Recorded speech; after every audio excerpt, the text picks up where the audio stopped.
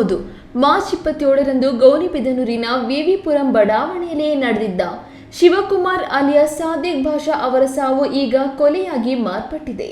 ಮೊದಲಿಗೆ ಪತಿ ತೀವ್ರ ಗಾಯಗೊಂಡು ಸಾವನ್ನಪ್ಪಿದ್ದಾನೆ ಎಂದು ನಾಟಕವಾಡಿದ್ದ ಪತ್ನಿ ರೇಷ್ಮಾ ಈಗ ಪೊಲೀಸರ ಅತಿಥಿಯಾಗಿದ್ದಾಳೆ. ದೊಡ್ಡಬಳ್ಳಾಪುರ ಮೂಲದ ಶಿವಕುಮಾರ್ ಹಾಗೂ ರೇಷ್ಮಾ 20 ವರ್ಷಗಳ ಹಿಂದೆ ಪ್ರೀತಿಸಿ ಮದುವೆಯಾಗಿದ್ರು.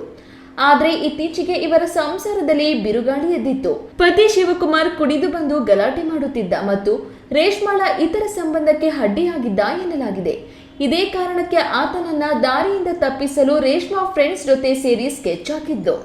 ತನ್ನ ಬಾಯ್ ಫ್ರೆಂಡ್ ಶಾರುಖ್ ಹಾಗೂ ಗ್ಯಾಂಗ್ ಜೊತೆ ಸೇರಿ ಪತಿಯ ಮೇಲೆ ಮಾರಣಾಂತಿಕ ಹಲ್ಲೆ ನಡೆಸಿ ಕೊಲೆ ಮಾಡಿದ್ದಾಳೆ. ಘಟನಾ ಸ್ಥಳಕ್ಕೆ ಬಂದ ಪೊಲೀಸರಿಗೆ ತೀವ್ರ ಗಾಯಗಳಿಂದ ಮೃತಪಟ್ಟಿದ್ದ ಬಗ್ಗೆ ಅನುಮಾನ ಮೂಡಿತ್ತು. ರೇಷ್ಮಾ ನಡವಳಿಕೆಯ ಮೇಲೆಯೂ ಅನುಮಾನ ಬಂದಿತ್ತು. ತೀವ್ರ ವಿಚಾರಣೆ ನಡೆಸಿದಾಗ ಕಿರಾತಕಿ ರೇಷ್ಮಾ ಅಸಲಿ ಸತ್ಯವನ್ನ ಬಾಯ್ಬಿಟ್ಟಿದ್ದಾಳೆ. ಕೊಲೆ ಮಾಡಿ ತಲೆಮರೆಸಿಕೊಂಡಿದ್ದ ಆರೋಪಿಗಳಿಗೆ ಪೊಲೀಸರು ಬಲೆ ಬೀಸಿದ್ದು, ಶಾರುಖ್, ಪಾರ್ಟಿ, ಆನಂದ್, ರಾಮು, ಅಕ್ಷಯ್ 4 ಜನರನ್ನ ಬಂಧಿಸಿದ್ದಾರೆ. ಒಟ್ಟಾರೆ ಪ್ರೀತಿಸಿ ಮದುವೆಯಾದ ಪತಿಯನ್ನೇ ಹಣಿಸಲು ಪತ್ನಿ ಹಾಕಿದ ಸ್ಕೆಚ್ ಈಗ ಆಕೆಯನ್ನೇ ಜೈಲು ಪಾಲಾಗುವಂತೆ ಮಾಡಿದೆ. ಗೌರಿಬಿದನೂರು ಪೊಲೀಸರು ಪ್ರಕರಣದ ತನಿಖೆಯನ್ನ ಚುರುಕುಗೊಳಿಸಿದ್ದು ಎಲ್ಲ ಆರೋಪಿಗಳನ್ನ ಕಂಬಿ ಎಣಿಸುವಂತೆ ಮಾಡಿದ್ದಾರೆ.